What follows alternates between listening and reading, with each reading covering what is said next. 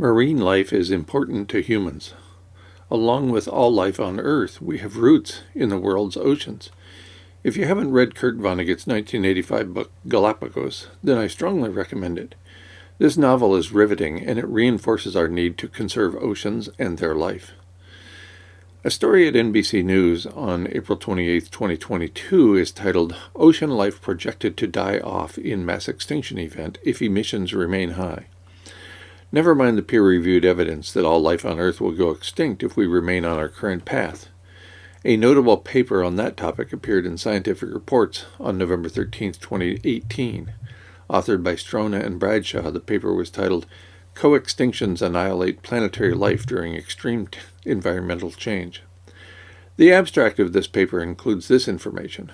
Quote, "Climate change and human activity are dooming species at an unprecedented rate via a plethora of direct and indirect, often synergic mechanisms. Among these, primary extinctions driven by environmental change could be just the tip of an enormous extinction iceberg.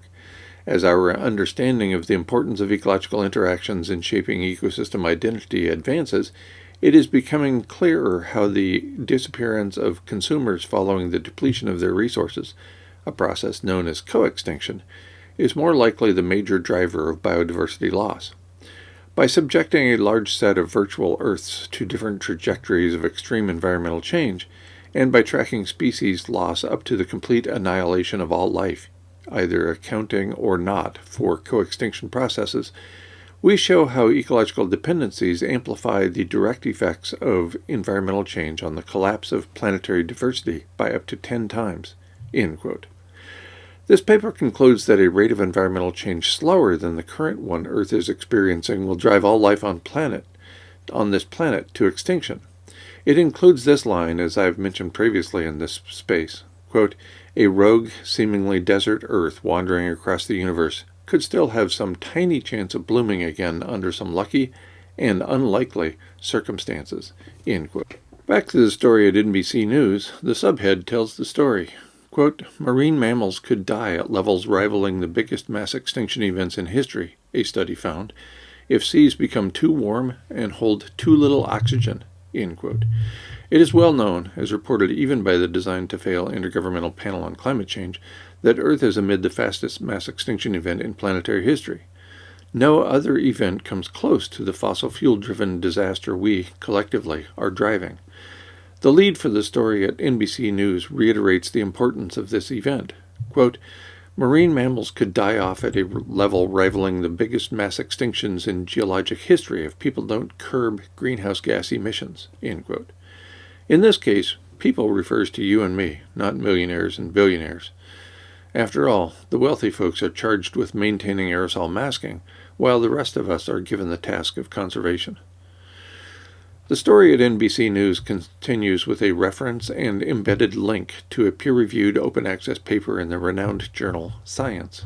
Quote, "That's the takeaway from a study published Thursday in the journal Science, which found that many ocean creatures could face conditions too warm and with too little oxygen to survive if we don't turn things around.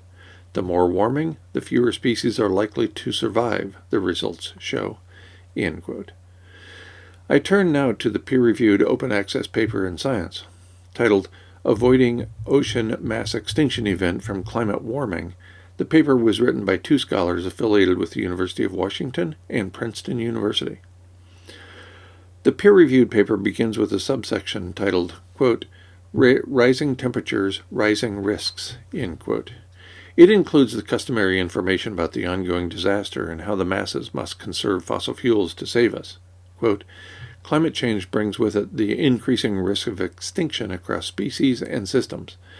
Marine species face particular risks related to water warming and oxygen depletion. Penn and Deutsch looked at extinction risk for marine species across climate warming and as related to ecophysiological limits. They found that under business-as-usual global temperature increases, marine systems are likely to experience mass extinctions on par with past great extinctions based on ecophysiological limits alone. Drastically reducing global emissions, however, offers substantial protection. which emphasizes a need for rapid action to prevent possibly catastrophic marine extinctions." End quote. That last sentence sounds familiar.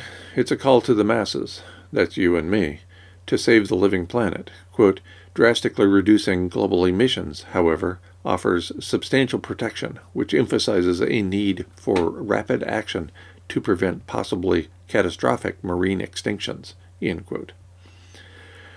The abstract follows, and it presents the same story we've heard many times. I will read a couple of choice examples. Quote, "Global warming threatens marine biota with losses of unknown severity. Here we quantify global and local extinction risks in the ocean across a range of climate futures. With accelerating greenhouse gas emissions, species losses from warming and oxygen depletion alone become comparable to current direct human impacts within a century and culminate in a mass extinction rivaling those in Earth's past. Reversing greenhouse gas emissions trends would diminish extinction risks by more than 70%, preserving marine biodiversity accumulated over the past about 50 million years of evolutionary history." End quote. It's the same old song. The masses must turn the sinking ship around. If we don't do so, then we're in real trouble. Never mind that the Design to Fail IPCC concluded that human actions are causing the most rapid change in planetary history. Never mind that the Design to Fail IPCC concluded that this ongoing rate of change is irreversible. All this information from the IPCC was published long ago. Apparently, Drs. Penn and Deutsch are not keeping up with the literature.